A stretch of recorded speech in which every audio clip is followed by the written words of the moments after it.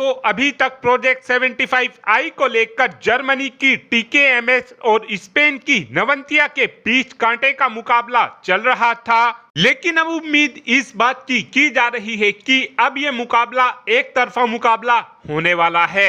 आप सभी ये बात जानते हो कि भारत प्रोजेक्ट 75I के तहत अपनी नौसेना के लिए 6 की संख्या में पनडुब्बियों को लेना चाहता है। इस टेंडर में भारत की तरफ से ये शर्त रखी गई थी कि हम केवल उसी देश की पनडुब्बी को लेंगे जो देश अपनी पनडुब्बियों के अंदर हमको AIP सिस्टम लगा कर देगा। जिसके बाद जर्मनी ने अपनी टाइप 214 पनडुब्बी भारत को ऑफर की थी। वहीं पर स्पेन की नवंतिया ग्रुप ने अपनी S80+ पनडुब्बी भारत को ऑफर की थी।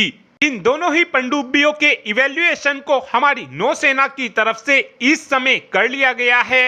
लेकिन अब बताया जा रहा है कि जर्मनी की तरफ से जो भारत को टाइप 214 पनडुब्बी ऑफर की जा रही है, अब जर्मनी इस पनडुब्बी के एक नए अपडेटेड वर्जन को भारत को ऑफर करने वाला है, जो पहली टाइप 214 के मुकाबले ज्यादा स्टाइल्थ होने वाली है। इस समय जर्मनी ने इस नए अपडेटेड वर्जन वाली पनडुब्बी के डिजाइन को पूरी तरीके से बनाकर तैयार कर लिया है। इस नई अपडेटेड टाइप 214 पनडुब्बी की खास बात यह रहने वाली है कि इस पनडुब्बी के अंदर डायमंड कट हल लगा होगा, जिस कारण जब इन पनडुब्बियों को सोनार की मदद से पकड़ने की कोशिश की जाएगी, उस समय ये पनडुब्बी सोनार से निकलने वाले सिग्नल को एक ही डायरेक्शन में रिफ्लेक्ट नहीं करेंगी और इसी वजह से जर्मनी की ये नई पनडुब्बी ज्यादा स्टाइल्थ बन जाएंगी। इस समय जर्मनी की तरफ से इस नई पनडुब्बी को नॉर्वे और अपनी नौसेना को भी ऑफर किया जा रहा है। इस टेंडर में अगर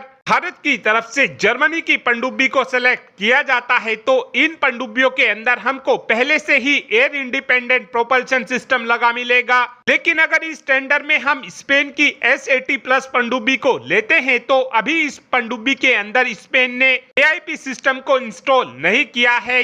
स्पेन की तरफ से अपनी S80+ पनडुब्बी के अंदर 2026 तक AIP सिस्टम को लगाया जाएगा। लेकिन जो जर्मनी की पनडुब्बी में AIP सिस्टम लगा हुआ है, ये पहले से ही प्रूवन AIP सिस्टम है और इसीलिए उम्मीद इस बात की जा रही है कि इस महीने के अंत में हमारी नौसेना की तरफ से जर्मनी की ही टाइप 214 पनडुब्बी को चुना जाएगा। और अगर हम जर्मनी से इन पनडुब्बियों को लेते हैं तो हमको पहली पनडुब्बी 7 सालों बाद यानी कि 2031 में देखने को मिलेगी। 2031 के बाद जर्मनी की तरफ से हर साल हमको एक एक पनडुब्बी देनी शुरू कर दी जाएगी। इन पनडुब्बियों को भारत के अंदर मजगांव डॉक शिप बिल्डर बनाने वाला है। और अगर हम स्पेन की S80+ पनडुब्बी को लेते हैं तो इन पनडुब्बियों को भारत के अंदर L&T द्वारा बनाया जाएगा। यदि हमने जर्मनी की पनडुब्बियों को लिया तो इन पनडुब्बियों के अंदर 45% तक स्वदेशी कंपोनेंट का इस्तेमाल किया जाएगा और जो चौथी पनडुब्बी होगी उस पनडुब्बी के अंदर 60% तक स्वदेशी कंपोनेंट का इस्तेमाल किया जाएगा। और अब आप ही कमेंट कर बता सकते हैं कि प्रोजेक्ट 75I में हमको जर्मनी की पनडुब्बी को लेना चाहिए या फिर आपका ये मानना है कि हमको स्पेन की पनडुब्बी को लेना चाहिए। इस बात का आंसर आप कमेंट बॉक्स में दे सकते हैं। Thanks for watching this video. Have a good day.